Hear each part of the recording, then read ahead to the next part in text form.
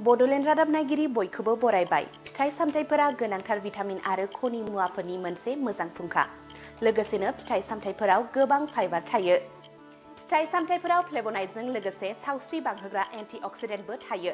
फिथाइ सामथाइ आरो मैगं थाइगंनि गोबां आदार जायोब्ला बिखानि बेराम, केन्सार, मोदोम बुनाय आरो डायबेटिस जानायनि खैफोदखौ बाङाइ खालामो। जोंनि ओनसोलाव गोबाङैनो मोनफ्लेबाय थानाय सुमफ्राम एबा सफारि फिथाइयाव थोजासे बिबांनि भिटामिन आरो फाइबार दङ।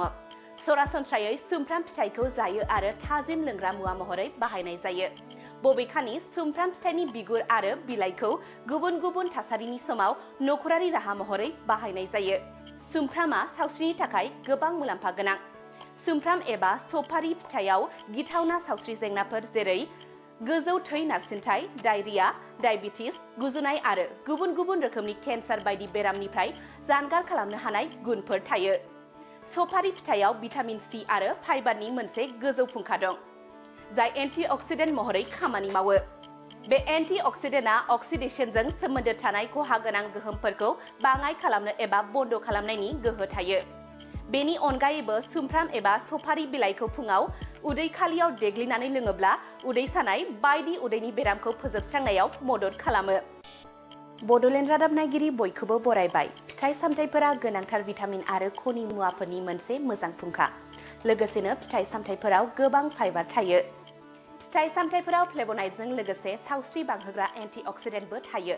फिथाइ सामथाइ आरो मैगं थाइगंनि गोबां आदार जायोब्ला बिखानि बेराम, केन्सार, मोदोम बुनाय आरो डायबेटिस जानायनि खैफोदखौ बाङाइ खालामो।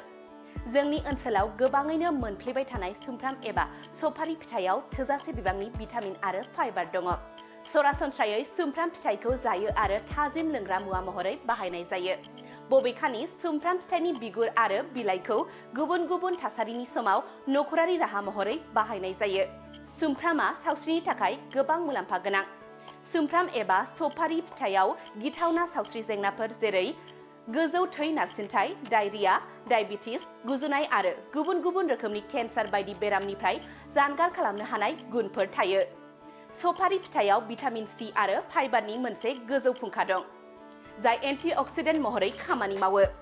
बे एन्टिअक्सिडेन्टआ अक्सिडेशनजों सोमोन्दो थानाय खहा गोनां गोहोमफोरखौ बाङाइ खालामनो एबा बन्द खालामनायनि गोहो थायो।